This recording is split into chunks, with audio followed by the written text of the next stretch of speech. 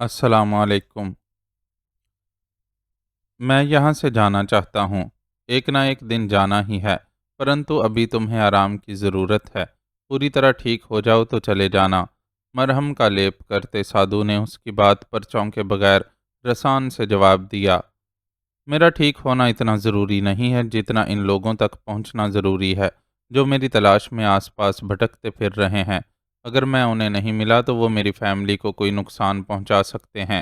اسے مناسب لگا کہ سادھو کو اپنی مجبوری سے آگاہ کر دے۔ بھگوان کی مرضی کے بغیر کچھ نہیں ہو سکتا۔ شانت رہو۔ جب تک تم میرے پاس ہو وہ تمہیں یا تمہارے گھر والوں کو کوئی نقصان نہیں پہنچا سکیں گے۔ سادھو کا اطمینان قابل دید تھا۔ معاذ اس کے انداز پر تھوڑا سا جھنجھلا گیا۔ آپ ان لوگوں کو مجھ سے بہتر نہیں جانتے۔ پہلے بھی انہوں نے میرے غائب ہونے پر میرے چھوٹے بھائی کو ظلم کا نشانہ بنایا تھا۔ وہ اب بھی ایسی کوئی حرکت کر سکتے ہیں۔ جو ہوا سو ہوا، لیکن اس بار ایسا نہیں ہوگا۔ میرا گیان مجھے بتا رہا ہے کہ تمہاری اور تمہارے پریوار کی رکشا کرنے والی شکتیاں حرکت میں آ گئی ہیں۔ سادھو نے اسے تسلی دینے کی کوشش کی۔ مجھے آپ کے علم پر شک نہیں، لیکن میں اپنے خاندان کے لیے کوئی رسک نہیں لے سکتا۔ اس انسان دوست سادھو نے یہ جاننے کے باوجود کہ وہ مسلمان ہے اور مبینہ طور پر ایک دھماکے کا ذمہ دار ہے، اسے اپنے پاس پناہ دی تھی، اس لیے وہ اس سے بے مروتی یا سختی سے پیش نہیں آ سکتا تھا۔ کہا نا ابھی کوئی خطرہ نہیں ہے، جب خطرہ آئے گا تو اسے ٹال نہیں سکے گا۔ میں آگے چل کر تیرے جیون میں بڑی کٹھنائیاں دیکھ رہا ہوں، لیکن ابھی سب ٹھیک ہے اور تیرے پاس ایک موقع ہے کہ تو اپنے گرد بنے جال کو توڑ کر نکلنے کی کوشش کر۔ سادھو کی باتیں اس کے لیے معمہ تھیں۔ اس نے اسے اپنے بارے میں کچھ بھی کھل کر نہیں بتایا تھا، لیکن اس کی باتوں سے یوں لگتا تھا جیسے وہ اس کے تمام حالات سے آگاہ ہو۔ الجھتا کیوں ہے بالک؟ جیسے تیری دنیا کے سائنسدان اپنی بدھی کھپا کھپا کر اس سنسار کے کچھ بھید جان چکے ہیں، ویسے ہی ہم بھی اپنی تپسیا کے بدلے ایسا بہت کچھ جان لیتے ہیں جو انسانی آنکھ سے اوجھل ہے۔ سادھو نے مسکرا کر اس کی الجھن دور کرنے کی کوشش کی۔ میں اپنے گھر والوں سے بات کرنا چاہتا ہوں۔ کیا آپ میرے لیے کسی موبائل فون کا بندوبست کر سکتے ہیں؟ وہ خالی خولی سادھو کی تسلیوں پر اکتفا نہیں کر سکتا تھا، اس لیے اس کے دعوے کو آزمانے کا فیصلہ کیا۔ موبائل فون یہاں لایا تو جا سکتا ہے، لیکن وہ یہاں کام نہیں کرے گا۔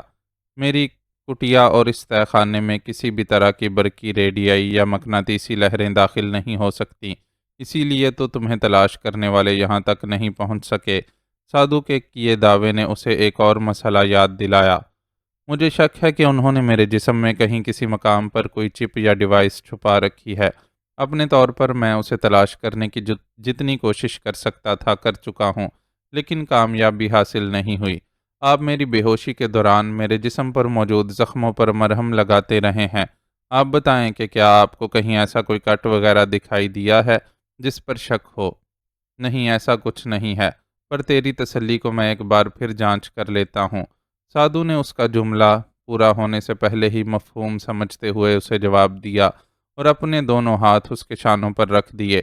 اب وہ آنکھیں بند کیے دھیرے دھیرے ہاتھوں کو یوں حرکت دے رہا تھا جیسے کوئی نابینا شخص اندھیرے میں ٹٹول کر آس پاس کی اشیاء کی حقیقت جاننے کی کوشش کر رہا ہو۔ نہیں، باہر سے کوئی مادی شے تیرے بدن میں نہیں ڈالی گئی۔ پورا بدن اچھی طرح ٹٹولنے کے بعد سادھو نے آنکھیں کھولیں اور اعلان کیا، پھر وہ کیسے مجھے آس پاس ڈھونڈتے پھر رہے ہیں؟ روی نے خود ان کی باتیں سنی تھیں۔ انہوں نے آس پاس کے علاقے میں آخری سگنل ملنے کا ذکر کیا تھا۔ اگر میرے جسم میں کوئی ڈیوائس فٹ نہیں کی گئی تو انہیں سگنل کیسے ملے تھے؟ اس نے حجت کی۔ یہ میں نہیں جانتا، جو جانتا ہوں وہ تجھے بتا دیا، سادھو نے بے نیازی سے جواب دیا۔ اسی وقت انہیں اوپر سے کچھ زوردار آوازیں سنائی دیں۔ پہلے ایسا لگا کہ کچھ لوگ دھما دھم چل رہے ہوں، پھر کسی شے کے زور سے گرنے کی آواز سنائی دی اور آخر میں گولی چلنے کا دھماکہ ہوا۔ ان آوازوں کو سن کر اس نے بے قراری سے سیڑھیوں کی طرف جانے کی کوشش کی، لیکن سادھو نے اس کا ہاتھ تھام کر اسے جانے سے روک لیا اور ہونٹوں پر انگلی رکھ کر خاموش رہنے کا اشارہ کیا۔ وہ خاموش بیٹھا، مزید کچھ سننے کی کوشش کرتا رہا۔ باہر کی روشنی سے محروم اس تہہ خانے میں اس وقت ان دو نفوس کے متنفس کی آواز کے سوا کوئی دوسری آواز نہیں تھی، اور وہ اوپر پیدا ہونے والی سرسراہٹوں کو سن سکتے تھے۔ تاکچے میں جلتے دیے کی روشنی میں دیوار پر بنتی اپنی پرچھائیوں کو دیکھتے وہ ان آوازوں کا مفہوم سمجھنے کی کوشش کرتے رہے۔ اوپر ایک سے زائد افراد کی موجودگی کا صاف اندازہ ہو رہا تھا، لیکن وہ کیا بول رہے تھے یہ سمجھ نہیں آتا تھا۔ سامان کھسکائے جانے کی آوازیں بھی سنائی دیں، لیکن چند منٹوں سے زیادہ یہ سلسلہ جاری نہیں رہا۔ اوپر خاموشی چھا جانے کے تھوڑی دیر بعد روی سیڑھیاں اتر کر نیچے آیا۔ وہی بدماش تھے، آپ کا حلیہ بتا کر ہم سے پوچھ تاچھ کر رہے تھے۔ ہم بول دیے کہ ہمیں اس سنسار میں اپنے گرو جی کی سیوا کے سوا کسی کا ہوش نہیں۔ ہمارے جواب سے غصے میں آ کر پانی کا مٹکا پٹک کر توڑ دیے، پھر ایسے سامان کی تلاشی لینے لگے جیسے آدمی کی بجائے کسی مرغی کو تلاش کرتے ہوں۔ گرو جی کا بھی پوچھا، ہم بول دیے ہم ان کے سیوک ہیں، وہ جاتے سمے ہمیں سیوا کے لیے ساتھ لے جائیں تو ساتھ چلے جاتے ہیں، ورنہ ان کے انتظار کو بھی سیوا جان کر آنکھیں رستے پر جمائے بیٹھے رہتے ہیں۔ اس کی نگاہوں کے سوال کو پڑھ کر روی نے حسب عادت ایک ہی سانس میں ساری تفصیل سنا ڈالی۔ سادھو اس تفصیل سے بے نیاز سر جھکائے اپنے ہی کسی دھیان گیان میں تھا۔ انہیں تہہ خانے کا پتہ نہیں چلا؟ اس نے کچھ حیرت سے دریافت کیا۔ اسے معلوم تھا کہ سونیا کے ساتھی تربیت یافتہ تھے اور ایسے لوگوں کے لیے ایک عام سے تہہ خانے کی موجودگی کو محسوس کر لینا کوئی مشکل بات نہیں تھی۔ چھوڑ دے بالک، کوئی کتنا ہی گیانی ہو، اس کی ایک حد ہوتی ہے۔ اندھیروں میں بھٹکنے والوں کا گیان سادھو کی کٹیا میں کام نہیں کرتا۔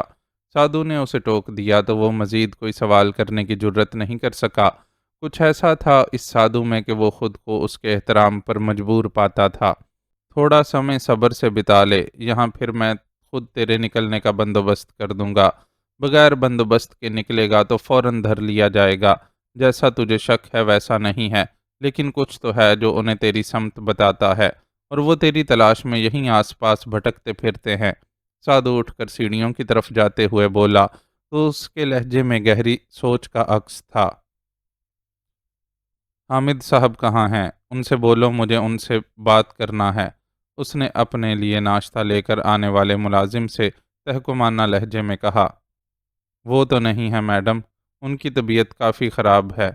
ڈرائیور صبح صبح انہیں ہسپتال لے کر گیا تھا اور وہاں سے اس کا فون آیا تھا کہ حامد صاحب کو ایڈمٹ کر لیا گیا ہے، ہو سکتا ہے وہ شام تک ہسپتال میں ہی رہیں۔ ملازم نے اسے تفصیلی جواب سے نوازا۔ ہوا کیا ہے انہیں؟ اس کے جیم کی بوتل کھولتے ہاتھ ذرا سی دیر کے لیے ساکت ہوئے۔ شاید فوڈ پوائزننگ کا مسئلہ ہے۔ ملازم کے جواب نے اس کی الجھن دور کر دی کہ حامد جیسا ہٹا کٹا بندہ اچانک اتنا بیمار کیسے پڑ گیا کہ ہسپتال میں داخل کروانے کی نوبت آ گئی۔ کچھ اور تو نہیں چاہیے میڈم؟ اس کے خاموشی اختیار کر لینے پر ملازم نے جانے کے لیے پر تولے۔ نہیں بس کافی ہے، تم جاؤ۔ اس نے ملازم کو جانے کی اجازت دی اور خود ناشتے سے انصاف کرتے ہوئے بہت کچھ سوچتی رہی۔ بازل کے اغوا کی ناکام کوشش کے بعد وہ عملی طور پر خان ہاؤس میں قید تھی۔ حامد نے اسے صاف بتا دیا تھا کہ سونیا کی طرف سے اگلے احکامات ملنے تک وہ اسے کہیں بھی جانے کی اجازت نہیں دے سکتا، یہاں تک کہ اس نے وکی کے پاس رہ جانے والا اس کا موبائل فون واپس منگوا لینے کے باوجود اس کے حوالے نہیں کیا تھا، جس کی وجہ سے وہ باہر کی دنیا سے رابطے سے محروم ہو گئی تھی اور یہ چیز اسے جھنجھلاہٹ میں مبتلا کر رہی تھی۔ مجھے حامد کی غیر موجودگی کا فائدہ اٹھانا ہوگا۔ اب وہ کانٹے کی مدد سے آملیٹ کو چھوٹے چھوٹے ٹکڑوں میں تقسیم کرتے ہوئے ایک فیصلہ کر چکی تھی۔ فیصلہ کر چکنے کے بعد اس نے جلدی جلدی ناشتے کو نمٹایا اور کمرے سے باہر نکل آئی۔ خان ہاؤس کے اندر اس کی نقل و حرکت پر کوئی پابندی نہیں تھی۔ ملازم نے اسے کمرے سے باہر دیکھا تو ناشتے کی ٹرالی واپس لانے اس کے کمرے میں چلا گیا۔ ملازم کے جاتے ہی اس نے اپنے اطراف ایک طائرانہ نظر ڈالی، وہاں کوئی دوسرا ملازم نظر نہیں آ رہا تھا، البتہ ایک قریبی کمرے سے آتی مدھم آوازوں سے ظاہر تھا کہ وہاں صفائی کا عمل جاری ہے۔ اس نے موقع کا فائدہ اٹھایا اور تیز تیز قدم اٹھاتی حامد کے کمرے کی طرف بڑھ گئی۔ ہینڈل گھمانے پر دروازہ غیر مقفل ملا تو دل خوشی سے دھڑک اٹھا۔ وہ گڑاپ سے کمرے کے اندر گھس گئی۔ اللہ کرے میرا موبائل آسانی سے مل جائے۔ حامد کے پرتعیش کمرے کا جائزہ لیتے ہوئے اس نے دل کی گہرائیوں سے دعا مانگی اور احتیاط سے ایک ایک جگہ کی تلاشی لینے لگی۔ حامد خود جتنا نکسک سے رہتا تھا، اس کا کمرہ بھی اتنا ہی منظم تھا۔ اس نے پہلے اسٹڈی ٹیبل کی درازوں کا جائزہ لیا، وہاں ترتیب سے رکھے سامان میں اسے اپنا موبائل نہیں ملا تو 3 ڈور الماری کی طرف بڑھ گئی۔ الماری مقفل تھی۔ اس نے اپنی ہیئر پن نکال کر قفل کھولنے کی کوشش کی، لیکن اسے اپنی کوشش میں ناکامی کا سامنا کرنا پڑا۔ معلوم نہیں قفل خاص قسم کے تھے یا اس کی تربیت میں ہی کوئی کمی رہ گئی تھی کہ وہ انہیں کھولنے میں کامیاب نہیں ہو سکی تھی۔ ناکامی پر جھنجھلاہٹ کا شکار وہ بیڈ کی سائڈ ٹیبلز کی تلاشی کے لیے مڑی۔ اپنا موبائل نہ صحیح وہ کوئی نہ کوئی ایسی شے ڈھونڈ نکالنا چاہتی تھی جو اس کے لیے کارآمد ثابت ہو سکے۔ دائیں جانب کی سائڈ ٹیبل کی پہلی دراز کھولتے ہی اسے ایک لفافے میں رکھی رقم مل گئی۔ رقم چند ہزار سے زیادہ نہیں تھی، لیکن اس کے کام آ سکتی تھی، اس لیے اس نے گریبان میں اڑس لی۔ بڑی کامیابی اسے بائیں جانب کی نچلی دراز کھولنے پر حاصل ہوئی۔ وہ جو خیال کر رہی تھی کہ حامد نے اس کا موبائل مقفل الماری میں رکھا ہوگا، وہاں اپنا موبائل رکھا دیکھ کر خوشی سے اچھل پڑی۔ رقم اور موبائل، دو اہم اشیاء کے حصول کے بعد اسے کسی شے کی ضرورت نہیں تھی، اس لیے کمرے سے باہر نکل گئی، لیکن سیدھے اپنے لیے مختص کمرے میں جانے کے بجائے باہر کا رخ کیا۔ باہر گارڈز حسب معمول اپنی ڈیوٹی پر موجود تھے۔ وہ لان میں گھوم پھر کر محتاط نظروں سے ہر طرف کا جائزہ لینے لگی۔ اس نے محسوس کیا کہ بظاہر بے نیازی سے اپنی ڈیوٹی انجام دیتے گارڈز اس کی آمد کے بعد زیادہ چوکنے ہو گئے ہیں۔ ظاہر ہے انہیں حامد کی طرف سے ہدایت ہوگی کہ اسے باہر نہ جانے دیا جائے۔ وہ کسی طرح ان گارڈز کی آنکھوں میں دھول جھونک بھی دیتی تو اس کے لیے اس اونچی چار دیواری کو پار کر کے دوسری طرف جانا ممکن نہیں تھا۔ کم از کم دن کی روشنی میں تو وہ ایسی کوئی کوشش نہیں کر سکتی تھی۔ چوری چھپے فرار کے خیال کو ذہن سے جھٹک کر وہ واپس اندر کی طرف پلٹ گئی اور کمرے کا دروازہ بند کر کے اپنا موبائل آن کیا۔ یہ دیکھ کر اس کا دل خوش ہو گیا کہ موبائل میں اچھی خاصی چارجنگ موجود تھی۔ اس نے جھٹ وکی کا نمبر ڈائل کیا۔ کہاں غائب تھیں آپ؟ میں نے کتنی بار آپ کا نمبر ٹرائی کیا، لیکن آپ کا نمبر مسلسل پاورڈ آف جا رہا تھا۔ دوسری طرف سے فوری طور پر کال ریسیو کی گئی اور وکاس نے کچھ سنے بغیر ہی بولنا شروع کر دیا۔ کوئی خاص بات تھی کیا؟ بازل کے معاملے میں تم نے کچھ اور کیا؟ وہ فوراً خوش فہم ہوئی۔ نہیں، وہ تو میں آپ کی خیریت معلوم کرنے اور آپ سے معذرت کرنے کے لیے آپ سے رابطہ کرنا چاہتا تھا۔ اس دن آپ ہسپتال میں پھنس گئی تھیں اور میں آپ کو وہاں سے نکالنے کے لیے کچھ نہیں کر سکا تھا۔ اس نے معذرت خواہانہ لہجے میں وضاحت کی۔ وہ کوئی مسئلہ نہیں ہے، غلطی میری تھی۔ میں نیلی کو فالو نہیں کر سکی اور غلط سمت میں چلی گئی۔ بہرحال میرے مہربانوں نے میرے وہاں سے نکلنے کا بندوبست کر دیا تھا۔ جی مجھے معلوم ہے، اور اس سلسلے میں اچھا خاصا شرمندہ بھی کیا جا چکا ہوں۔ کتنی بڑی حماقت ہے نا کہ ہم ایک اہم مشن پر تھے اور ہمیں معلوم ہی نہیں تھا کہ کوئی ہمیں فالو کر رہا ہے۔ ویسے ایک طرح سے اچھا ہی ہوا، اگر میڈم سونیا کا آدمی آپ کے پیچھے وہاں نہ پہنچتا تو آپ کا وہاں سے نکلنا مشکل ہو جاتا۔ وہ خاصا شرمندہ ہو رہا تھا، لیکن اسے اس کی شرمندگی سے کوئی غرض نہیں تھی، اس لیے تھوڑی سی بیزاری سے بولی۔ پرانی باتوں کو جانے دو وکی، یہ بتاؤ کہ آگے کے لیے کیا پلان ہے؟ معاذ تک پہنچنے کے لیے ہمیں بازل پر بہر صورت ہاتھ ڈالنا ہوگا۔ بات کچھ یوں ہے مس بشرا، وکی نے ذرا سا توقف کیا اور پھر گلا کھنکارتے ہوئے بولا، میرا آپ سے رابطہ نہیں ہو سکا، ورنہ میں آپ کو حالات میں ہونے والی تبدیلی سے پہلے ہی آگاہ کر دیتا۔ دراصل ہماری اس ناکام کوشش کے بعد لالا عیسیٰ نے معاملات اپنے ہاتھ میں لے لیے ہیں۔ انہوں نے معاذ بھائی کے والد سے رابطہ کر کے میرا علینا سے رشتہ طے کر دیا ہے اور آج ہمارا نکاح ہو رہا ہے۔ جلد ہم دونوں اور علینا کے والد اور بھائی کسی دوسرے ملک منتقل ہو جائیں گے۔ وہ گویا اسے اپنے اس معاملے سے الگ ہونے کی اطلاع دے رہا تھا۔ اور معاذ کا کیا ہوگا؟ تم میں سے کسی نے اس کے بارے میں کیوں نہیں سوچا؟ اس کے اندر طیش کی ایک لہر سی اٹھی۔ ایسا کیسے ہو سکتا ہے کہ ان کے بارے میں نہ سوچا جاتا؟ سوچ سمجھ کر ہی فیصلہ کیا گیا ہے۔ آپس میں اس معاملے کو ڈسکس کرنے کے بعد ہم اس نتیجے پر پہنچے ہیں کہ معاذ بھائی کی اصل مجبوری ان کی فیملی ہے۔ اگر انہیں ان کی فیملی کے محفوظ ہونے کی یقین دہانی کروا دی جائے تو وہ خود ہاتھ پیر مار کر اس دلدل سے نکل آئیں گے جس میں انہیں زبردستی پھنسا دیا گیا ہے۔ وکی کے پاس اس کے ہر اعتراض کا جواب تھا۔ اس نے ہارے ہوئے انداز میں سلسلہ منقطع کر دیا۔ وہ اس سے یہ نہیں کہہ سکتی تھی کہ تم لوگوں کی زندگیوں میں سب کچھ ٹھیک ہو جانے سے کیا بشرا کی زندگی میں بھی سب کچھ ٹھیک ہو جائے گا۔ وہ خود پر گزری کا انتقام لیے بغیر چین نہیں پا سکتی تھی، لیکن اس انتقام میں کسی کو اپنا ساتھ دینے کے لیے مجبور بھی نہیں کر سکتی تھی۔ بشرا کا اس دنیا میں کسی سے کوئی ایسا رشتہ نہیں تھا اور اسے اپنے حصے کی جنگ خود لڑنا تھی۔ موبائل کی بجتی گھنٹی نے اسے اس سکتہ زدہ سی کیفیت سے باہر نکالا۔ اسکرین پر وکاس کا نمبر چمک رہا تھا۔ اس نے لائن کاٹ دی۔ گھنٹی دوبارہ بجنے لگی۔ اس بار اس نے موبائل ہی آف کر دیا۔ اسے کسی کے وضاحتی اور معذرتی جملے سننے سے کوئی دلچسپی نہیں تھی۔ بشریٰ کو کسی کی ضرورت نہیں ہے، اس نے گویا خود کو باور کروایا اور رخسار پر پھسل کر آنے والے آنسو ہاتھ کی پشت سے صاف کرتے ہوئے ایک عزم سے اٹھ کھڑی ہوئی۔ 5 منٹ بعد ہی خان ہاؤس اس کی چیخوں سے گونج رہا تھا۔ چیخوں کی آواز سن کر اپنے فرائض انجام دیتے ملازمین نے دوڑ لگائی تو وہ سیڑھیوں کے قریب اس حال میں پڑی دکھائی دی کہ اس کے ماتھے سے خون بہہ رہا تھا اور وہ اپنی ایک ٹانگ پکڑے بری طرح بلبلا رہی تھی۔ یہ کیا ہوا میڈم؟ ایک ملازمہ نے جلدی سے اس کے ماتھے کے زخم پر اپنا دوپٹہ رکھ کر اس کا بہتا خون روکنے کی صحیح کی۔ میرے پیر میں بہت درد ہو رہا ہے، لگتا ہے فریکچر ہو گیا ہے۔ ماتھے پر زخم اس نے اپنے ہاتھوں سے لگایا تھا اور جانتی تھی کہ زخم زیادہ گہرا نہیں، اس لیے خون جلد رک جائے گا، اس لیے پیر کی چوٹ کے حوالے سے شور مچایا۔ دیکھنے والے دیکھ سکتے تھے کہ اس کا پیر بری طرح سرخ ہو رہا ہے۔ یہ سرخی اس نے بلش آن کے ماہرانہ استعمال سے پیدا کی تھی۔ میرے پیر کو کسی کپڑے سے باندھ دو تاکہ اسے سپورٹ مل سکے۔ آئے وائے کے دوران ہی اس نے ایک ملازم سے التجا کی۔ کسی کے سرخی کا مصنوعی پن محسوس کرنے سے پہلے ہی اسے چھپا دینا مناسب تھا۔ فکر مند ملازمین میں سے ایک نے اس کی ہدایت پر عمل کرتے ہوئے پیر کو مضبوطی سے کپڑے میں لپیٹ دیا۔ اس عمل کے دوران وہ یوں کرہتی رہی جیسے ضبط کی زبردست کوشش کے باوجود برداشت کرنے سے قاصر ہو۔ کیا ہوا ہے؟ ابھی پیر پر پٹی باندھنے کا عمل مکمل ہی ہوا تھا کہ چیف سیکیورٹی افسر وہاں چلا آیا۔ حامد کی غیر موجودگی میں خان ہاؤس کے معاملات دیکھنا اسی کی ذمہ داری تھی، شاید اسی لیے کسی نے اسے اطلاع دے دی تھی۔ میڈم سیڑھیوں سے پھسل گئی ہیں۔ اسے سیڑھیوں سے گرتا کسی نے نہیں دیکھا تھا، لیکن چونکہ وہ ان کے قریب ہی پڑی واویلا کرتی ہوئی پائی گئی تھی، اس لیے ملازمہ نے خاصے وثوق سے جواب دیا۔ وہ اب بھی اس کے ماتھے کے زخم کو اپنے دوپٹے کے پلو سے دبائے کھڑی تھی اور پلو پر نمودار ہونے والا خون کا دھبا الگ گواہی دے رہا تھا کہ وہ واقعی سیڑھیوں سے گر کر زخمی ہوئی ہے۔ مجھے لگ رہا ہے کہ میرے پاؤں میں فریکچر ہو گیا ہے، اس نے چہرے پر دنیا جہاں کی اذیت سجاتے ہوئے خود بھی اپنی حالت اظہار بیان کی۔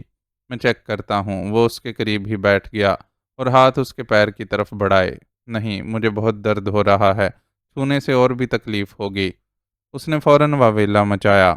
ہسپتال بھجوا دیں سر، وہاں ڈاکٹر چیک کر کے ایکس رے کروا لے گا تو تسلی ہو جائے گی کہ فریکچر ہے یا نہیں۔ ملازمہ نے اس کے گالوں پر پھسلتے موٹے موٹے آنسوؤں کو دیکھتے ہوئے ہمدردی سے مشورہ دیا تو وہ دل ہی دل میں خوش ہو گئی۔ جو وہ چاہ رہی تھی ملازمہ نے کہہ کر اس کی مشکل آسان کر دی تھی۔ ٹھیک ہے، میں گاڑی نکلواتا ہوں، تم انہیں سہارا دے کر باہر لاؤ۔ سیکیورٹی افسر کو مجبوراً کہنا پڑا۔ وہ اٹھ کر باہر چلا گیا تو ملازمہ نے اسے سہارا دے کر کھڑا کرنے کی کوشش کی، لیکن وہ کھڑے ہونے کی بجائے کراہنے لگی۔ گرنے سے میری کمر پر بھی چوٹ لگی ہے اور مجھے بہت درد ہو رہا ہے، روحان سے لہجے میں کہتے ہوئے وہ اپنے لیے مزید ہمدردیاں سمیٹنے میں کامیاب رہی۔ میں کرسی لاتا ہوں، تم میڈم کو کرسی پر بٹھا دینا، پھر ہم انہیں کرسی سمیت اٹھا کر گاڑی تک لے جائیں گے۔ اس کے پیر پر کپڑے کی پٹی باندھنے والے ملازم نے ملازمہ کو مخاطب کر کے تجویز پیش کی۔ تھوڑی دیر میں ہی اس تجویز پر عمل کیا جا رہا تھا۔ گاڑی کے قریب کھڑے سیکیورٹی افسر نے اسے اس حالت میں باہر آتا دیکھا تو اس کی آنکھوں میں دوڑتی شکوک و شبہات کی لہریں تھوڑی کم ہوئیں۔ خیال سے لے جانا اور چیک اپ ہوتے ہی مجھے کال کر کے صورتحال بتانا۔ حامد صاحب کو ڈسٹرب کرنے کی ضرورت نہیں ہے، ابھی ان کی طبیعت پوری طرح سنبھلی نہیں ہے، بہتر ہے کہ انہیں سکون سے آرام کرنے دیا جائے۔ اسے گاڑی میں منتقل کرنے کے دوران وہ ڈرائیور اور ساتھ جانے والے سیکیورٹی گارڈ کو ہدایات دیتا رہا۔ تم میڈم کے ساتھ جاؤ گی زرینہ، خیال سے ان کے ساتھ ساتھ ہی رہنا۔ اب رخ ملازمہ کی طرف تھا۔ اس نے جان بوجھ کر خود کو بے نیاز ظاہر کیا اور یوں پشت گاہ سے سر ٹکا کر آنکھیں بند کر لیں جیسے تکلیف سے نڈھال ہو کر ادھر ادھر دیکھنے کی ہمت بھی نہ رہی ہو۔ اس کا یہ نڈھال انداز، صبح والا رف حلیہ اور خالی ہاتھ ہونا سیکیورٹی افسر کے شکوک و شبہات میں مزید کمی لے آیا۔ آخر کار گاڑی وہاں سے روانہ ہوئی اور سبک رفتاری سے چلتی ہوئی 10-12 منٹ میں ایک نجی ہسپتال کی عمارت کے سامنے جا رکی۔ اسے اندازہ تھا کہ حامد بھی یہیں داخل ہوگا۔ بہرحال اس وقت اسے حامد سے کوئی غرض نہیں تھی اور وہ خود اپنے فرار کے مواقع کا جائزہ لے رہی تھی۔ ان کے ساتھ آنے والا گارڈ ویل چیئر کے انتظام کے لیے اندر کی طرف چلا گیا تھا اس کے ساتھ آنے والی ملازمہ گاڑی میں اسی کے ساتھ پچھلی نشست پر بائیں جانب بیٹھی ہوئی تھی، جبکہ ڈرائیور اپنی سیٹ چھوڑ کر دائیں دروازے کے ساتھ آ کھڑا ہوا تھا۔ یوں اس کے لیے ممکن نہیں تھا کہ دائیں یا بائیں کسی بھی جانب سے اتر کر راہ فرار اختیار کر سکے۔ پیروں میں جوتوں کی عدم موجودگی بھی خواہش کی تکمیل میں ایک رکاوٹ تھی۔ میڈم آئیں۔ وہ اپنے خیالوں میں ڈوبی ہوئی تھی کہ ملازمہ کی آواز نے چونکایا۔ ویل چیئر لائی جا چکی تھی۔ وہ اپنی اداکاری کو جاری رکھتے ہوئے ان لوگوں کی مدد سے گاڑی سے اس پر منتقل ہوئی۔ اب اسے اندر لے جایا جا رہا تھا۔ ملازمہ اور گارڈ اس کے ساتھ ساتھ ہی تھے۔ آپ لوگ باہر ہی رکیں، اندر پیشنٹ کے سوا کسی کو آنے کی پرمیشن نہیں ہے۔ معائنے کے کمرے میں جانے سے قبل ہی ایک نرس نے ملازمہ اور گارڈ کو اندر جانے سے روک دیا اور خود اس کی ویل چیئر کو دھکیلتے ہوئے اندر لے گئی۔ اوہو، کیا ہوا اس پریٹی گرل کو؟ اس کے ماتھے پر جمع تھوڑا سا خون اور پیر پر بندھی پٹی اندر داخل ہوتے ہی نازک سی ڈاکٹر کی نظر میں آ گئی تھی۔ سیڑھیوں سے گر گئی ہیں، شاید پاؤں میں فریکچر ہو گیا ہے۔ نرس نے ملازمہ سے حاصل شدہ معلومات ڈاکٹر کے گوش گزار کی۔ او ویری سیڈ۔ 45-46 سالہ ڈاکٹر نے خود کو کسی نوجوان لڑکی کی طرح فٹ رکھا ہوا تھا اور بہت خوش مزاج محسوس ہو رہی تھی۔ میڈم، میں او ٹی میں چلی جاؤں؟ آپ کو بتایا تھا نا کہ آج وہاں سٹاف کم ہے، اور ڈاکٹر جاوید نے مجھے وہاں آنے کو کہا تھا۔ ڈاکٹر ابھی اس کے ماتھے کے زخم کا جائزہ لے رہی تھی کہ نرس اس سے مخاطب ہوئی۔ ان کے پیر کی پٹی کھول دو، پھر چلی جانا۔ ڈاکٹر کے چہرے پر ہلکی سی ناگواری کا تاثر ابھرا، لیکن اس نے خود کو قابو میں رکھتے ہوئے نرس کو نرمی سے جواب دیا، یہ چوٹ تو معمولی سی ہے، ہلکی پھلکی ڈریسنگ سے بھی کام چل جائے گا۔ ماتھے کی چوٹ کا جائزہ لیتی ڈاکٹر نے اپنے تئیوں سے اطمینان دلایا۔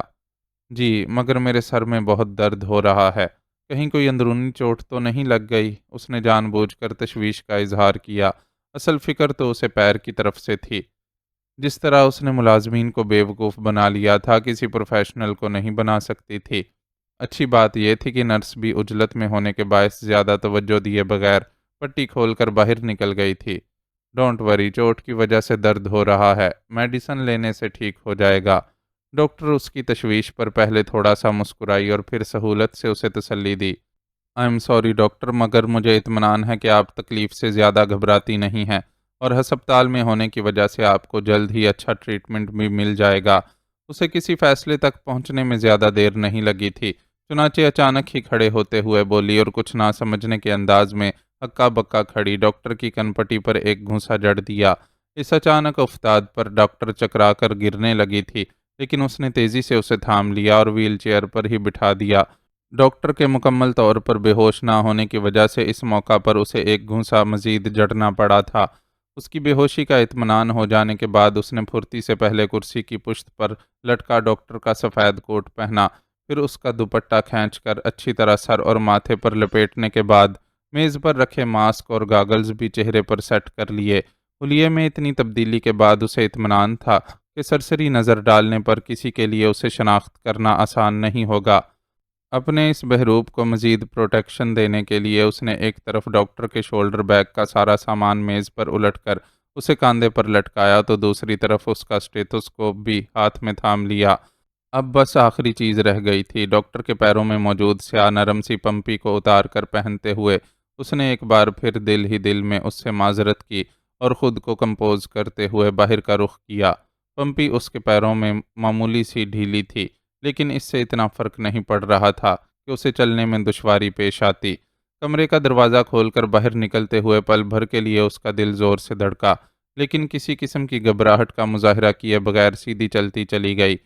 بائیں جانب انتظار میں بیٹھے گارڈ اور ملازمہ نے دروازہ کھلنے کی آواز پر اس کی جانب دیکھا ضرور، لیکن ایک تو اس کا رخ براہ راست ان کی طرف نہیں تھا، اور دوسرے وہ حلیے سے کوئی ڈاکٹر ہی لگ رہی تھی، اس لیے زیادہ توجہ نہیں دی، اور وہ اطمینان سے باہر نکلتی چلی گئی۔ باہر نکل کر رکشے میں بیٹھنے کے بعد اس نے اپنا رکا ہوا سانس بحال کیا اور لباس کے اندر چھپائی ہوئی رقم اور موبائل نکال کر پرس میں منتقل کیا۔ کہاں جانا ہے بی بی؟ رکشہ ڈرائیور نے اس سے دریافت کیا۔ یونیورسٹی روڈ چلو۔ یہ 3 لفظی جملہ بولتے ہوئے اس کی سانسوں میں کتنا زہر بھرا ہوا تھا، یہ وہ خود ہی جانتی تھی۔ اس کا کچھ پتہ نہیں چل رہا وکٹر، میرے آدمی پاگلوں کی طرح اسے ڈھونڈتے رہے ہیں۔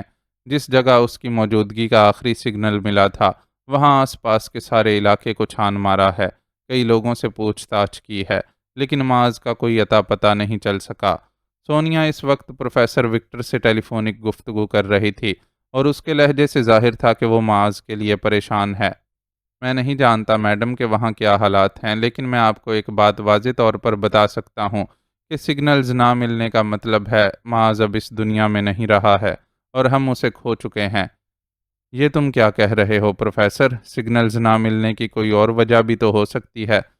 پروفیسر وکٹر کے جواب نے نہ جانے کیوں اسے لرزا کر رکھ دیا اور بے ساختہ ہی اس نے اس کے خیال کو رد کرنے کی کوشش کی۔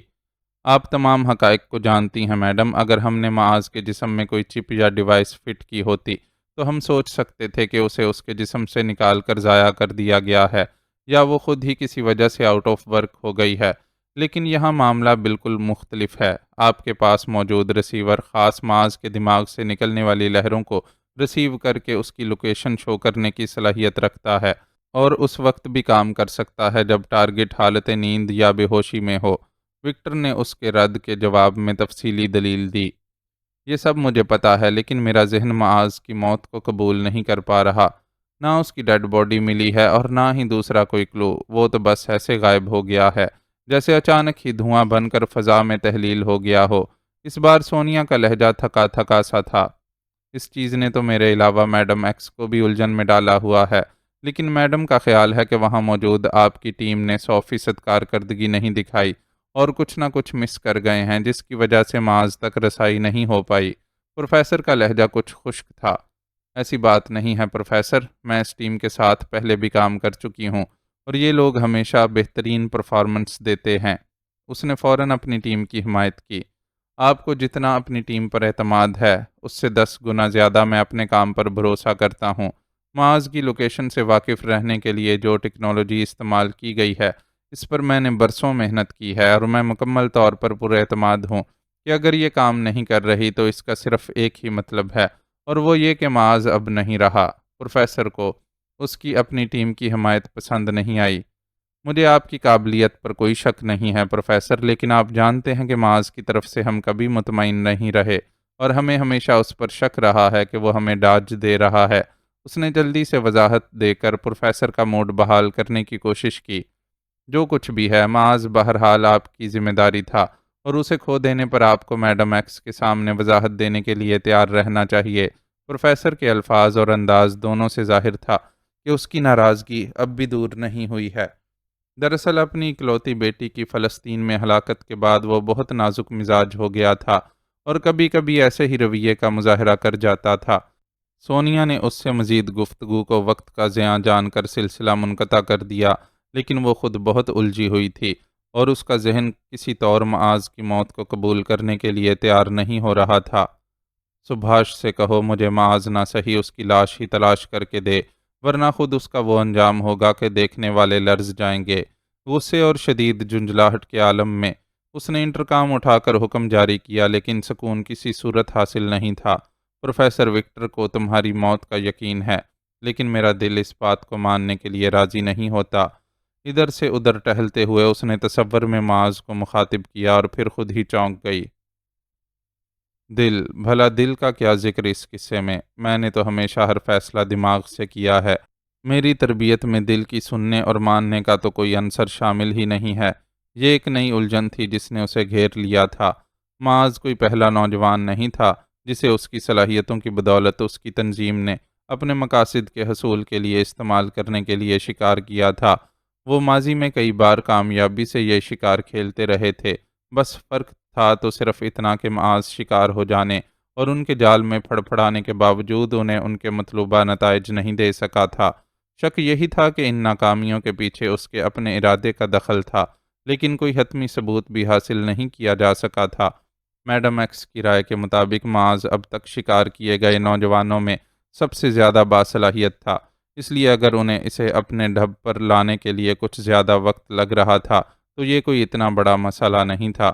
اس سے مطلوبہ نتائج حاصل کرنے کے لیے ہی سونیا کو اس کے ساتھ باقاعدہ نتھی کیا گیا تھا اور یہ ترکیب کافی حد تک کارگر بھی ثابت ہوئی تھی، لیکن اب اچانک ہی وہ ریت کی طرح ان کی مٹھیوں سے پھسل گیا تھا۔ اس نوجوان کو چیک کرو سونیا، میری چھٹی حس کہہ رہی ہے کہ یہ غیر معمولی ہے، اور اگر ہم اسے قابو میں کر لیں تو یہ ہمارے بہت کام آئے گا۔ میڈم ایکس نے اس سے یہ کلمات اس وقت کہے تھے جب معاذ اور بشریٰ اپنی جان بچانے کے لیے اتفاقاً خان ہاؤس میں آ گھسے تھے۔ اس روز وہ داراب کی غیر موجودگی میں خان ہاؤس آنے والی میڈم ایکس کے ساتھ کسی کام سے روانہ ہو رہی تھی۔ ٹینٹڈ شیشوں والی گاڑی میں اس کے ساتھ بیٹھی میڈم ایکس کو معاذ اور بشریٰ نہیں دیکھ سکے تھے، لیکن جس طرح معاذ تھوڑا سا بے چین ہوا تھا، اس سے صاف پتہ چلا تھا کہ اس نے رنگین شیشوں کے پار سے خود کو بطور خاص دیکھا جانا محسوس کیا تھا۔ میڈم ایکس کے حکم پر اس نے نہ صرف معاذ کے بارے میں معلومات حاصل کروائی تھیں، بلکہ اسے یزدانی اور عرفان اللہ سے باقاعدہ سودا کر کے حاصل بھی کیا تھا۔ بشریٰ کے جذبہ انتقام سے فائدہ اٹھا کر اسے اپنے ساتھ شامل کر لینے کا مقصد بھی یہی تھا کہ معاذ کو ہر طرف سے جکڑ لیا جائے، لیکن عجیب ستم ظریفی تھی کہ اتنی کوششوں کے بعد بھی وہ بالآخر ان کے ہاتھوں سے پھسل گیا تھا۔ تم کہاں چلے گئے معاذ؟ تم مرے بھی تو کیسے مرے؟ اسے خود نہیں معلوم تھا کہ وہ اس قدر کیوں جھنجھلا رہی ہے۔ شاید ایسے وقت میں جب اس کے حساب سے سب کچھ ٹھیک ہونے لگا تھا، معاذ کا یوں ہاتھوں سے نکل جانا ناقابل قبول تھا۔ وہ وقت کیسے بھول سکتی تھی جب وہ اور معاذ دو مختلف مقامات پر ایک دوسرے کی نظروں سے اوجھل ریلوے لائن کو تباہ کرنے کے لیے تیار بیٹھے تھے۔ ریسیور کے باعث اسے علم تھا کہ معاذ خود کے لیے منتخب کردہ مقام پر موجود ہے۔ اس کی فطرت کو دیکھتے ہوئے وہ تھوڑے سے شک میں مبتلا تھی کہ پتہ نہیں وہ ریل کی آمد کے وقت دھماکہ کرے گا بھی یا نہیں، لیکن یہ کوئی اتنا بڑا مسئلہ نہیں تھا، معاذ کچھ کرتا یا نہ کرتا۔ خود وہ اس کام کو مکمل کرنے کے لیے تیار تھی، لیکن پھر اچانک ہی سب کچھ ہو گیا۔ ریل کی آمد سے قبل ہی معاذ کی طرف سے بالکل غیر متوقع طور پر دھماکہ کر دیا گیا۔ وہ اس دھماکے کے لیے ذہنی طور پر تیار نہیں تھی، اور اتفاقاً ایک ایسے پتھر پر کھڑی تھی جو تھوڑا سا غیر متوازن تھا۔ دھماکے کے رد عمل میں اسے جھٹکا لگا اور وہ گر گئی۔ اب یہ بھی اتفاق ہی تھا کہ گرنے سے اس کا سر ایک پتھر سے ٹکرایا اور وہ کچھ دیر کے لیے اپنے ہوش و حواس سے غافل ہو گئی۔ ہوش و حواس بحال ہونے کے بعد اس نے اپنی ٹیم کو بلایا اور معاذ کے بارے میں جاننے کی کوشش کی، لیکن وہ جائے حادثہ کے آس پاس کہیں موجود نہیں تھا۔ دھماکے کے تھوڑی ہی دیر بعد وہاں پہنچ جانے والے ریلوے ملازمین اور پولیس اہلکاروں کے باعث وہ اپنے ہاتھ سے چھوٹ جانے والا ریسیور بھی تلاش نہیں کر سکی تھی، اس لیے فوری طور پر معاذ کے بارے میں کچھ پتہ نہ چلا۔ اگلے دن ریسیور تلاش کر کے کھوج لگانے کی کوشش بھی ناکام رہی کہ ایک ویران سی جگہ کے بعد ریسیور بھی کچھ بتانے سے قاصر تھا۔ کیا وہ سچ مچ مر گیا ہے؟ حالات کا تجزیہ کرتے کرتے اس نے ایک بار پھر خود سے سوال کیا، اور اس سوال کے جواب میں دل کے ایک دم رک جانے اور پھر زور سے دھڑکنے پر ششدر رہ گئی۔ معاذ میری ذمہ داری تھا، اس کا یوں گم ہو جانا میری اب تک کی کارکردگی پر سوالیہ نشان لگا دے گا۔ اس کے بارے میں سچ جانے بغیر میں سکون سے نہیں بیٹھ سکتی۔ اس نے جھنجھلائے ہوئے انداز میں خود کو بابر کرایا اور وارڈروب کھول کر کھڑی ہو گئی۔ تھوڑی ہی دیر میں وہ سادہ شلوار قمیض اور دوپٹے میں ملبوس، بالوں کو کرینے سے سمیٹے باہر جا رہی تھی۔ اس کے موڈ کی خرابی کو محسوس کرتے ہوئے کسی میں اتنی ہمت نہیں تھی کہ اس سے کچھ پوچھتا۔ سادھو جی کی آگیا ہو تو میں اندر آ جاؤں؟ وہ بہت تیز ڈرائیو کر کے اس ویرانے میں پہنچی تھی جہاں معاذ کی موجودگی کے آخری سگنلز ملے تھے، اور اب ویرانے میں موجود واحد کٹیا کے دروازے پر کھڑی نرمی سے پوچھ رہی تھی، یہ سادھو کی کٹیا ہے، کوئی راجا کا دربار نہیں جو آنے والے کو روکنے کے لیے دربان کھڑے ہوں۔ دروازہ کھلا ہے اور اس کھلے دروازے سے جس کا من چاہے اندر آ سکتا ہے۔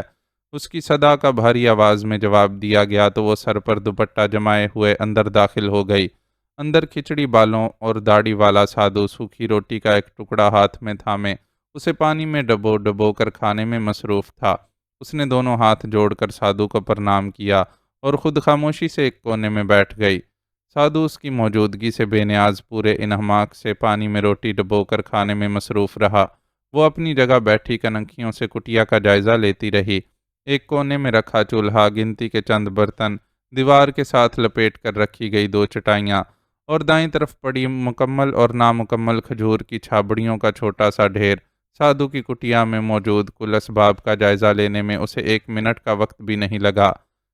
یہ چھابڑیاں کون بناتا ہے؟ اگرچہ اس کے آدمی اسے ہر بات کی اطلاع دے چکے تھے، پھر بھی اس نے لہجے میں اشتیاق سموتے ہوئے سادھو سے دریافت کیا، میں اور میرا چیلا روی داس۔ سادھو نے اس کے سوال کا جواب دینے کے لیے چبانے کا سلسلہ ایک لمحے کو موقوف کیا تو اس کی سماعتوں کو چپڑ چپڑ کی ناگوار آوازوں سے نجات ملی۔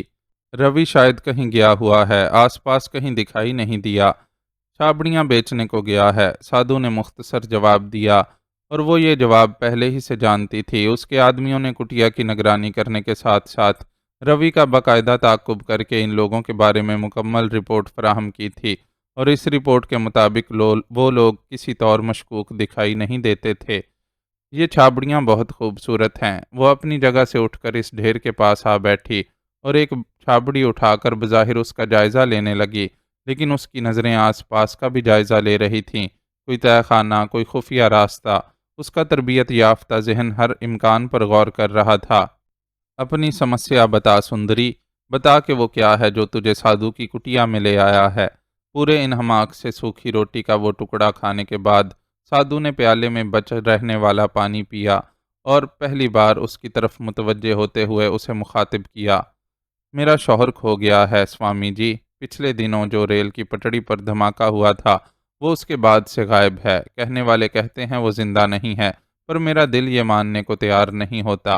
اپنی تلاش میں ناکام ہونے کے بعد اس نے چھابڑی کو واپس اس کی جگہ پر رکھا اور مؤدبانہ سادھو کے مقابل آ بیٹھی۔ لیکن دھماکے میں تو کوئی نہیں مرا تھا، پھر لوگ کیوں کہتے ہیں کہ تیرا پتی اس دھماکے میں مارا گیا ہے؟ کسی نے اسے زخمی حالت میں دیکھنے کا بتایا تھا۔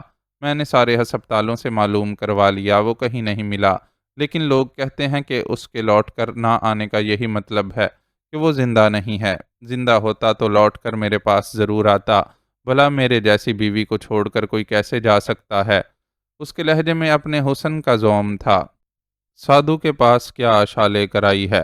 سادھو نے گویا اس کی بات غور سے سنی ہی نہیں۔ آپ دعا کریں کہ وہ مجھے مل جائے۔ پہلے تو بھگوان سے خود اپنے مل جانے کی پرارتھنا کر۔ تجھے اپنا آپ مل گیا تو باقی سب بھی مل جائے گا۔ سادھو کی آنکھوں سے جلال ٹپکا۔ کیا مطلب؟ وہ جو اب تک کھیل کھیل رہی تھی سادھو کی بات سن کر الجھ گئی۔ مطلب مجھ سے نہیں، خود سے پوچھ سندری۔ جیون بہت تھوڑا ہے، اسے فریب میں ہی گزار دے گی تو پائے گی کیا؟ سب کچھ چھوڑ دے اور اپنے اندر کے سچ کو تلاش کر۔ سادھو کی آنکھیں اس کی آنکھوں میں یوں گڑی ہوئی تھیں جیسے وہ اسے بہت اندر تک دیکھ رہا ہو۔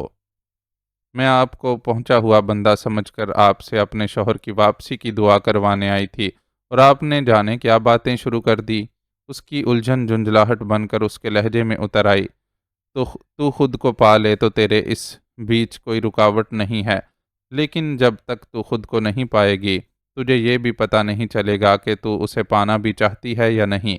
سادھو کے جواب نے اسے ہر سوال سے محروم کر دیا۔ میں چلتی ہوں۔ وہ یکدم ہی جانے کے لیے کھڑی ہو گئی۔ چلے جانے سے بات ختم نہیں ہوگی، اب تجھ کو اپنی تلاش کے سفر پر جانا ہوگا۔ سادھو نے پیچھے سے صدا لگائی۔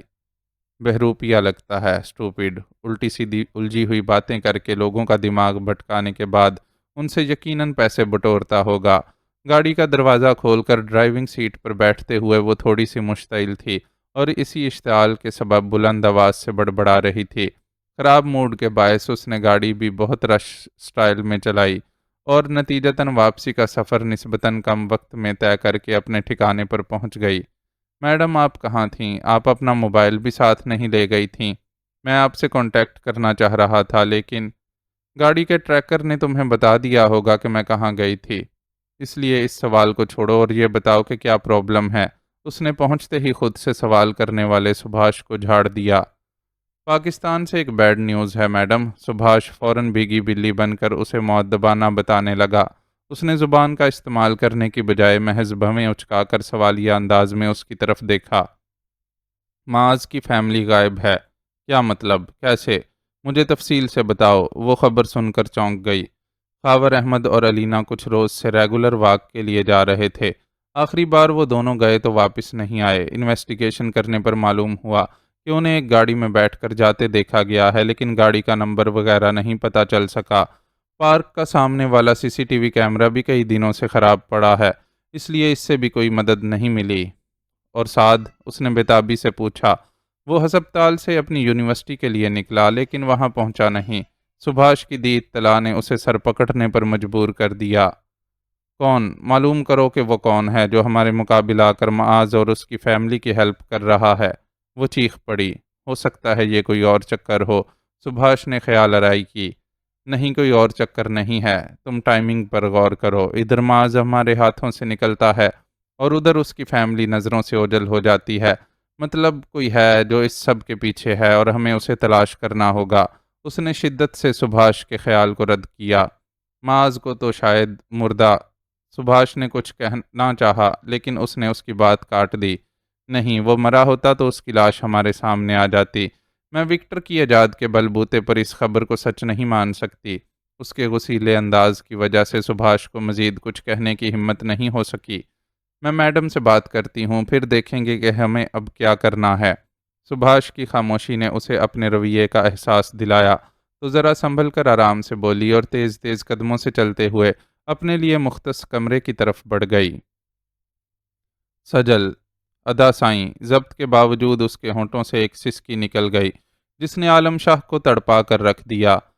مجھے افسوس ہے میری پیاری بہن کہ تمہیں حالات کی وجہ سے ایک ایسا فیصلہ کرنا پڑا جس کے لیے تم ذہنی طور پر تیار نہیں تھیں۔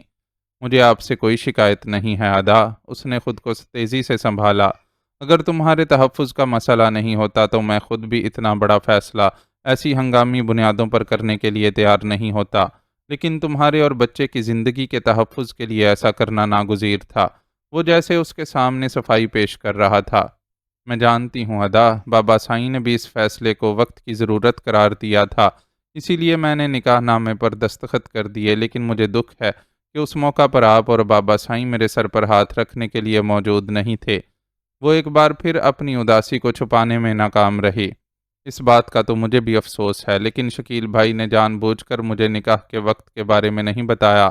انہیں ڈر تھا کہ میں ان کے منع کرنے کے باوجود وہاں پہنچ جاؤں گا۔ انہوں نے بالکل ٹھیک کیا، یہاں پولیس والے کتوں کی طرح آپ کی بو سونگھتے پھر رہے ہیں۔ سنا ہے آج صبح بھی وہ مردود انسپکٹر وشنا یہاں آیا تھا۔ اس نے شکیل کے عمل کی حمایت کے ساتھ ساتھ حالات کی بھی خبر دی۔ تمہیں پریشان ہونے کی ضرورت نہیں ہے، شکیل بھائی خود اس سے نمٹ لیں گے، عالم شاہ نے اسے تسلی دی۔ جی ہاں، شکیل بھائی نے بھی یہی کہا ہے اور بابا سائیں نے بھی تسلی دی ہے کہ وہ سفارت خانے کے ذریعے بھی اس معاملے کو ہینڈل کریں گے۔ شکیل بھائی کے اقدامات نے میری قانونی پوزیشن کافی بہتر کر دی ہے، لیکن میں آپ کے لیے پریشان ہوں۔ جب تک آپ بحفاظت پاکستان نہیں پہنچ جاتے مجھے سکون نہیں ملے گا۔ اس کے لہجے سے فکر مندی جھلک رہی تھی۔ بے فکر رہو، ہم آج ہی روانہ ہونے والے ہیں، 2-4 دن میں انشاءاللہ میں پاکستان سے تمہیں کال کروں گا۔ اس نے سجل کو تسلی دیتے ہوئے نظر اٹھائی تو اندر آتے پانڈے کے چہرے کے تاثرات دیکھ کر چونک گیا۔ وہاں واضح ناگواری درج تھی۔ اچھا، اب اجازت دو، موقع ملتے ہی میں تمہیں پھر کال کروں گا۔ تم میرے لیے فکر مند مت ہونا اور اپنی نئی زندگی پر فوکس کرنا۔ فیصل اچھا لڑکا ہے اور مجھے امید ہے کہ وہ تمہیں خوش رکھے گا۔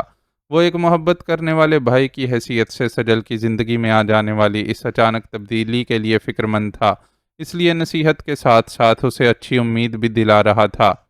اللہ حافظ ادا، اللہ سائیں آپ لوگوں کو اپنی امان میں منزل تک پہنچائے۔ زندگی کا اتنا بڑا فیصلہ اسے بہت عجلت میں لینا پڑا تھا اور فی الحال اس تبدیلی سے متعلق وہ کچھ بھی کہنے سے قاصر تھی، اس لیے بات کو صرف عالم شاہ کی ذات تک محدود رکھا۔ اللہ حافظ۔ عالم شاہ نے مزید کچھ کہے بغیر سلسلہ منقطع کر دیا اور اپنے مقابل آ بیٹھنے والے پانڈے کی طرف متوجہ ہو گیا۔ تمہیں کیئرفل ہو کر بات کرنا چاہیے تھی، کال ٹریس ہو گئی تو بڑی گڑبڑ ہو جائے گی۔ پانڈے جیسے اپنی ناگواری کے اظہار کے لیے فون بند کرنے کا ہی منتظر بیٹھا تھا۔ آپ ہی نے تو کہا تھا کہ کال محفوظ ہے اور سجل جس نمبر سے بات کر رہی ہے وہ گھر کے کسی فرد کے استعمال میں نہیں ہے۔ اس نے اپنی صفائی پیش کی۔ مطلب یہ تھا کہ جس نمبر پر بات کروائی جا رہی ہے اس کے انڈر آبزرویشن ہونے کا ڈر نہیں ہے، لیکن جنرلی تو کالز چیک ہوتی ہی ہیں نا۔ تم اپنی بات میں جیسے بار بار پاکستان کا نام لے رہے تھے وہ بڑا خطرناک تھا۔ پانڈے کے الفاظ نے اسے شرمندہ کر دیا اور معذرت خواہانہ لہجے میں بولا، سوری، جذبات میں اس بات پر دھیان نہیں دے سکا۔ تمہاری عمر کے لونڈوں کا یہی پرابلم ہوتا ہے، خود کو کنٹرول میں رکھتے تو اس لوچے میں نہ پڑتے۔ پانڈے نے اسے مزید شرمندہ کیا۔ اس کا جی چاہا کہ اسے جتائے کہ وہ اس مسئلے میں اپنی جذباتیت نہیں بلکہ اس کے ہم قوموں کی ضلالت اور سازشوں کے نتیجے میں پھنسا ہے، لیکن پھر ضبط کر لینا ہی مناسب سمجھا کہ ایک تو شکیل کا دوست ہونے کے ناطے وہ پانڈے کا احترام کرنے پر مجبور تھا، دوسرے ایک ایسا شخص جو اس کا اہم ترین مسئلہ حل کرنے جا رہا تھا، اسے ناراض کرنا کسی طور مناسب نہیں تھا۔ وہ تمہارا ساتھی کہاں ہے؟ اس کی خاموشی نے پانڈے کو بھی موضوع کو مزید طول نہیں دینے دیا اور وہ ادھر ادھر دیکھتے ہوئے سرمد کی غیر موجودگی کے بارے میں پوچھنے لگا۔ اسے میرے زخم کی ڈریسنگ چینج کرنا تھی، اسی سلسلے میں گرم پانی اور کچھ دوسری چیزوں کا انتظام کرنے گیا ہے، لیکن لگتا ہے کسی سے باتوں میں لگ گیا ہے، اس لیے ابھی تک نہیں آیا۔ اس نے مسکرا کر جواب دیا، آ گیا ہوں سائیں، بس ذرا خان سامہ کے ساتھ مصروف ہو گیا تھا۔ ذکر چھڑتے ہی سرمد وہاں آن ٹپکا۔ خان سامہ سے یاد آیا، وہ اپنے گل خان کا کیا حال ہے؟ اس کی کوئی خبر ہی نہیں ملی۔ اس نے پانڈے سے پوچھا۔ گولی لگی تھی لیکن بچ گیا ہے، پانڈے نے مختصر جواب دیا اور موضوع بدلتے ہوئے بولا، میں تمہیں یہ بتانے آیا تھا کہ آج رات تم لوگوں کو یہاں سے نکلنا ہے، چھپ چھپا کر جانا ہے، اس لیے تھوڑی تکلیف اٹھانا پڑے گی۔ اس کے لیے اپنے مائنڈ کو پہلے ہی سیٹ کر لینا۔ تکلیف کا کوئی مسئلہ نہیں، ہم برداشت کر لیں گے۔ بس تو پھر ٹھیک ہے۔ پانڈے گویا اس کے جواب سے مطمئن ہو کر جانے کے لیے اٹھ کھڑا ہوا۔ شکیل بھائی سے کوئی بات ہوئی ہے آپ کی؟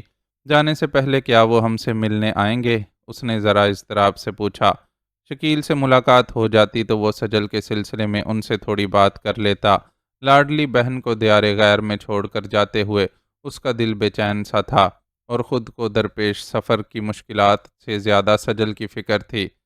نہیں، اسے میں نے منع کر دیا ہے، تم لوگوں کے ہوتے اب وہ یہاں کا رخ ہی نہیں نہ ہی کرے تو ٹھیک ہے، ورنہ پولیس کا دھیان ادھر ہو گیا تو مشکل ہو جائے گی۔ پانڈے جواب دے کر وہاں سے چلا گیا۔ لائیں سائیں، میں آپ کے زخم کی ڈریسنگ کر دوں۔ اب تک احتراماً خاموش رہنے والے سرمد نے پانڈے کے جاتے ہی اسے مخاطب کیا۔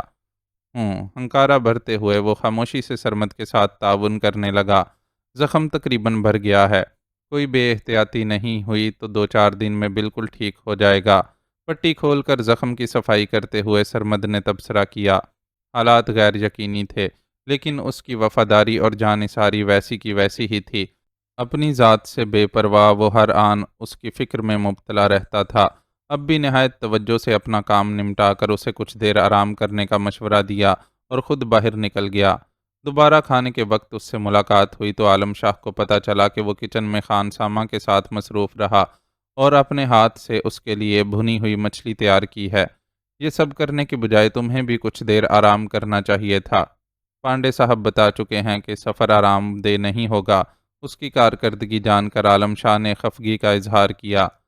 وہ خان سامہ دال سبزی اور پنیر کے علاوہ کچھ پکاتا ہی نہیں، اس لیے میں نے مچھلی منگوا کر خود روسٹ کی ہے۔ طاقت اور زخم کے بھرنے کے لیے آپ کو ایسی غذا کی ضرورت ہے، اس نے سادگی سے وضاحت دی۔ تم تو اللہ کی طرف سے اتارا ہوا انعام ہو سرمد، اس نے خلوص دل سے اس کی تعریف کی۔ میں تو صرف اپنا فرض ادا کرتا ہوں سائیں۔ تعریف پر خوش ہونے کے بجائے وہ جھینپ گیا۔ فرض ادا کرنے کی توفیق بھی تو ہر کسی کو نہیں ہوتی۔ اس دنیا میں کتنے ہی ایسے ہیں جو عبادات سے لے کر معاملات تک فرض کا قرض گردنوں پر لیے قبر میں اتر جاتے ہیں، لیکن انہیں اپنی کوتاہی کا احساس نہیں ہوتا۔ وہ جو کبھی ایک کھلنڈرا سا لڑکا ہوا کرتا تھا، حالات کے پیچ و خم سے گزر کر گہری باتیں کرنا سیکھ گیا تھا۔ ریڈی ہو تم لوگ؟ بس تھوڑی دیر میں نکلنے کا ہے۔ تھوڑا سستاتے اور آپس میں بات چیت کرنے میں وقت سرکتے سرکتے آخر آگے بڑھ ہی گیا اور پانڈے نے کمرے میں جھانک کر پوچھا، بالکل ریڈی ہیں؟ سرمد نے ان 2 چھوٹے بیگوں کی طرف اشارہ کرتے ہوئے جواب دیا جس میں اس کا اور عالم شاہ کا سامان موجود تھا۔ یہاں سے میں تمہیں اپنی گاڑی میں ایک گودام تک لے جاؤں گا، وہاں سے تم لوگ ہریانہ جانے والے ایک لوڈنگ ٹرک میں سوار ہوگے۔ ہریانہ سے آگے ایک تیسری پارٹی تمہارے سفر کا ارینجمنٹ کرے گی اور وہی تمہارے سفر کا سب سے نازک مرحلہ ہوگا۔ خیر، شکیل ڈیئر نے منہ مانگے دام دینے کی آفر کی ہے، اس لیے پارٹی پوری کوشش کرے گی کہ تم لوگوں کو سیفلی تمہاری منزل تک ڈلیور کر دے۔ وہ ایسے الفاظ استعمال کر رہا تھا جیسے انسانوں کے بجائے کسی تجارتی مال کی ڈلیوری کی بات کر رہا ہو۔ ان کے پاس اس کی باتوں کے جواب میں کہنے کے لیے کچھ نہیں تھا۔ کچھ دیر بعد وہ لوگ اس کے ساتھ اس کی گاڑی میں سوار ہو کر روانہ ہو گئے۔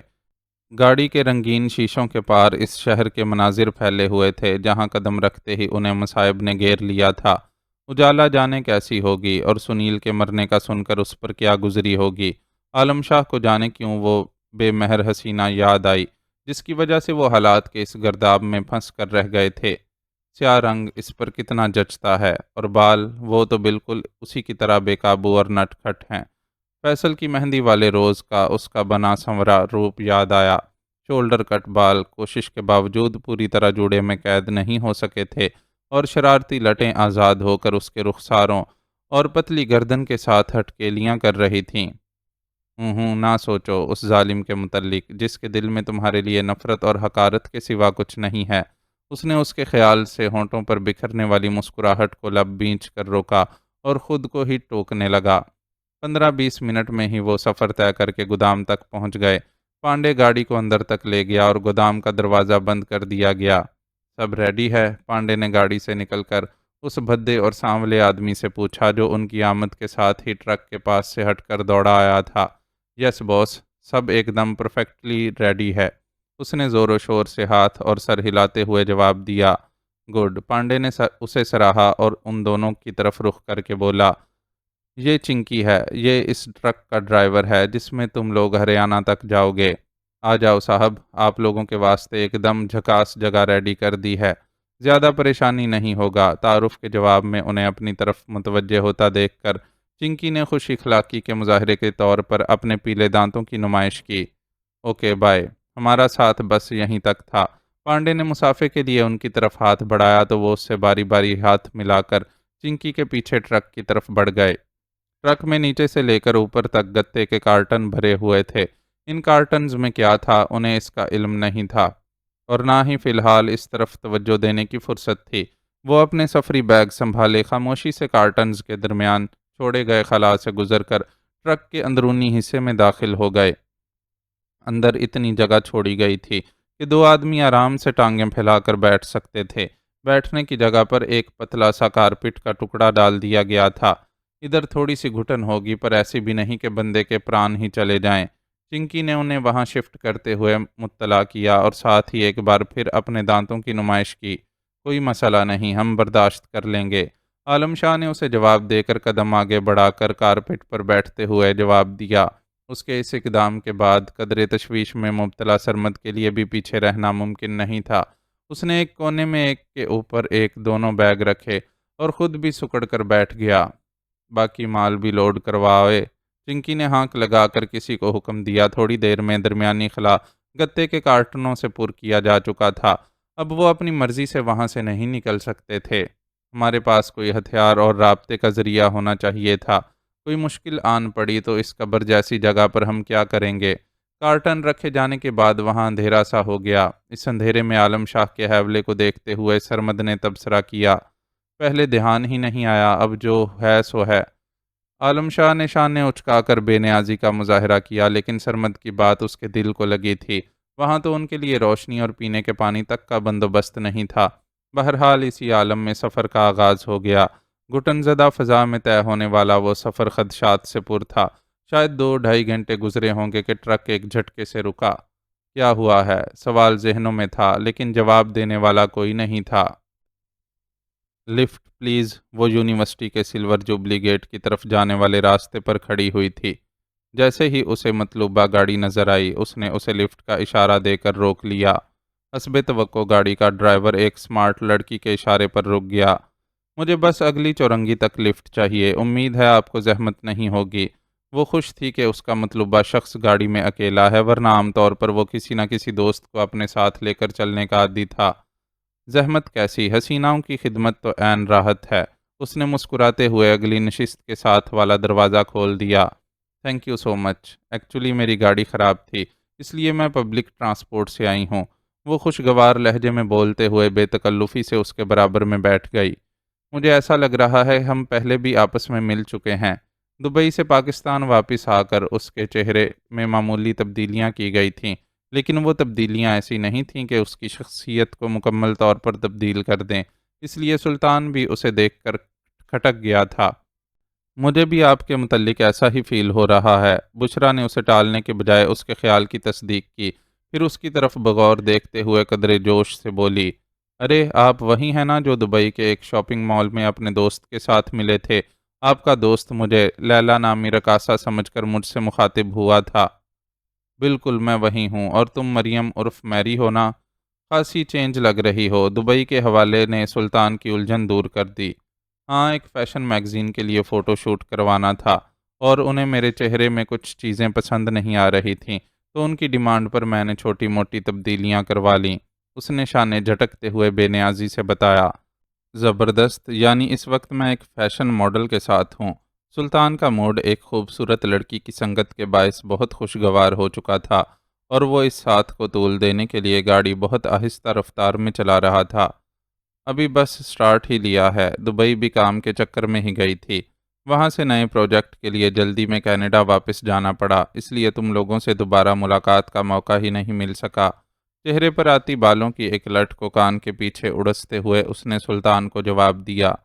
مجھے بھی ڈیڈ نے پاکستان کال کر لیا تھا، اس لیے مجھے بھی دوبارہ تمہارے ہوٹل کا چکر لگانے کا موقع نہیں ملا۔ اسے ہوٹل میں ہونے والی ملاقات کی جزیات تو یاد نہیں تھیں، لیکن کچھ اپنی یادداشت اور کچھ وکی کی فراہم کردہ معلومات کے سہارے یہ علم تھا کہ وہ وہاں ضرورت سے زیادہ پینے کے نتیجے میں بالکل ٹن ہو گیا تھا، اور وکی کو ہوٹل کے عملے کی مدد سے اسے واپس لانا پڑا تھا۔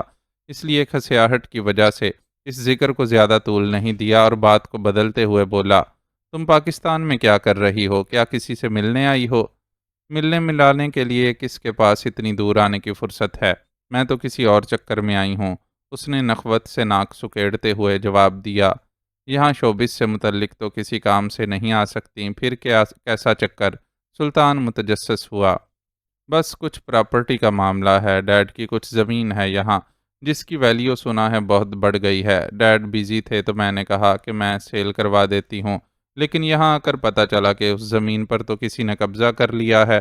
ڈیڈ کے ایک کزن یہاں یونیورسٹی میں کلرک ہوتے ہیں، اور پارٹ ٹائم اسٹیٹ کا کام کرتے ہیں۔ ڈیڈ کے کہنے پر میں ان سے مشورہ کرنے آئی تھی، لیکن ٹائم ہی ویسٹ ہوا۔ اس نے اپنی بات کے اختتام پر برا سا منہ بنایا۔ کیوں، کیا کہا تمہارے ڈیڈ کے ان کزن نے؟